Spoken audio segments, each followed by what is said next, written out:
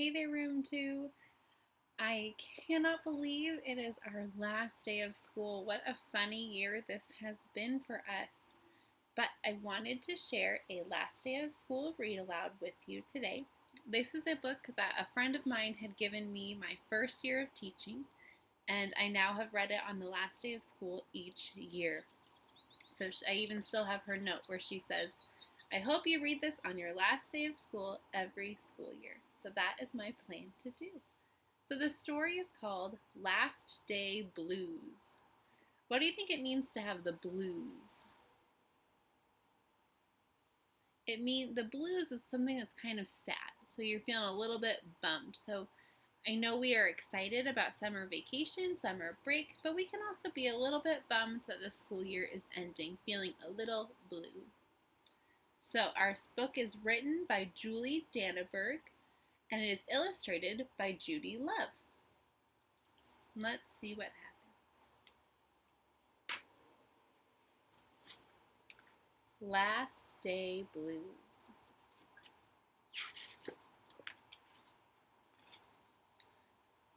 On the Monday morning, before the Friday, that was the last day of school, Mrs. Hartwell took attendance.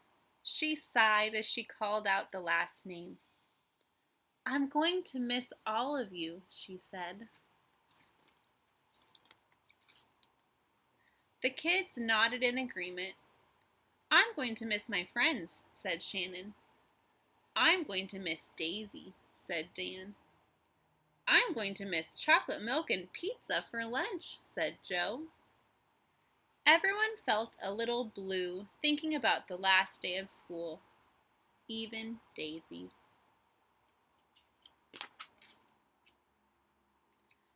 That afternoon during recess, the students talked as they hung out on the jungle gym.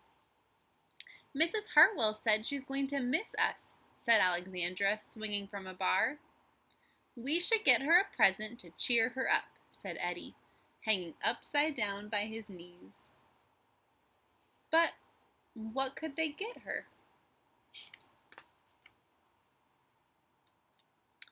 I could give her the rest of my sandwich. It's my mom's bologna special, said Josh. Or a coffee cup, or a new pen, the kind with feathers and beads. The students thought and thought, but couldn't come up with one single idea that they all agreed on. We'll think of something tomorrow, Eddie assured everyone as they lined up at the drinking fountain.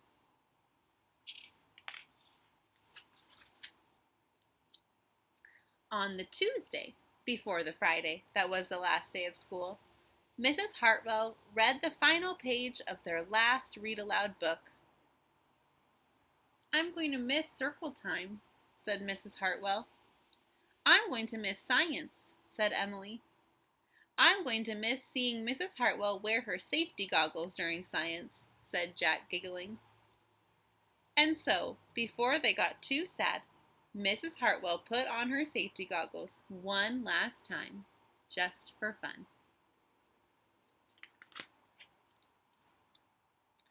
We definitely need to cheer Mrs. Hartwell up, said Andy during recess as he jumped out of a swing. Any ideas about a present? Eddie asked. Nope, they all answered back.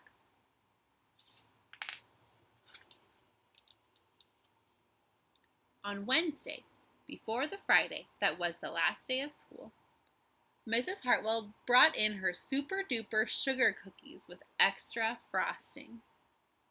I'm going to miss snack time, but I can't wait for barbecues by the pool, said Jack.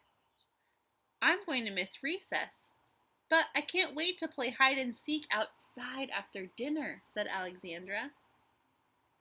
I'll miss school, but I can't wait for summer vacation, said Josh. The class discussed their summer plans and drowned their last day blues with another round of milk and sugar cookies.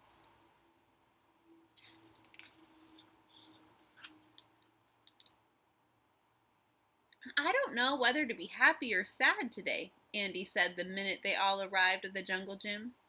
Mrs. Hartwell is sad, said Olivia. She probably doesn't want the year to end. While we're swimming, she'll be reading her old lesson plans.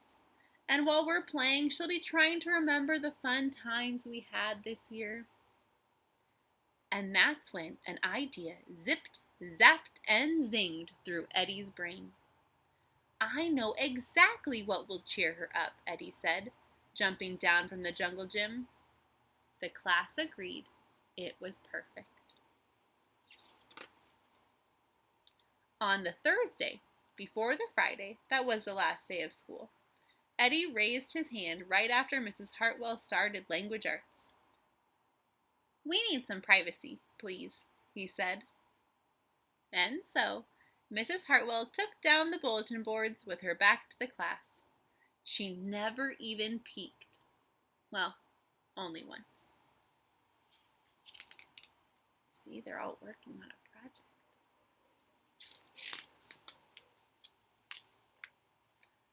On the morning of the Friday that was the last day of school, the students dashed into the classroom. They snapped open the shades for the very last time. They did their chores for the very last time. They fed Daisy for the very last time. And as soon as the bell rang, they couldn't wait for Mrs. Hartwell to see her present for the very first time.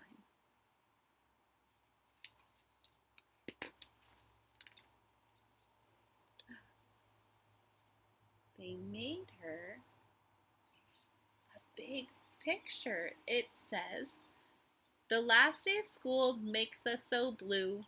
We'll miss recess and pizza and reading too. We'll miss Daisy and cookies and friendship true. Snack time and science and learning new. We'll miss spelling bees for our test review and groundhogs that play peekaboo. The year's been great, a big wahoo. There are many things to miss, it's true, but mostly what we'll miss is you."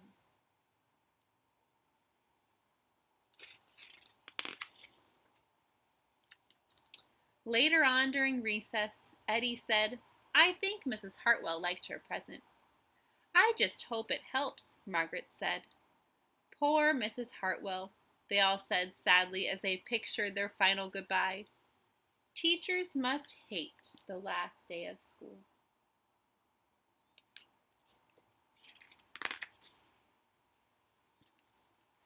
And then it was time.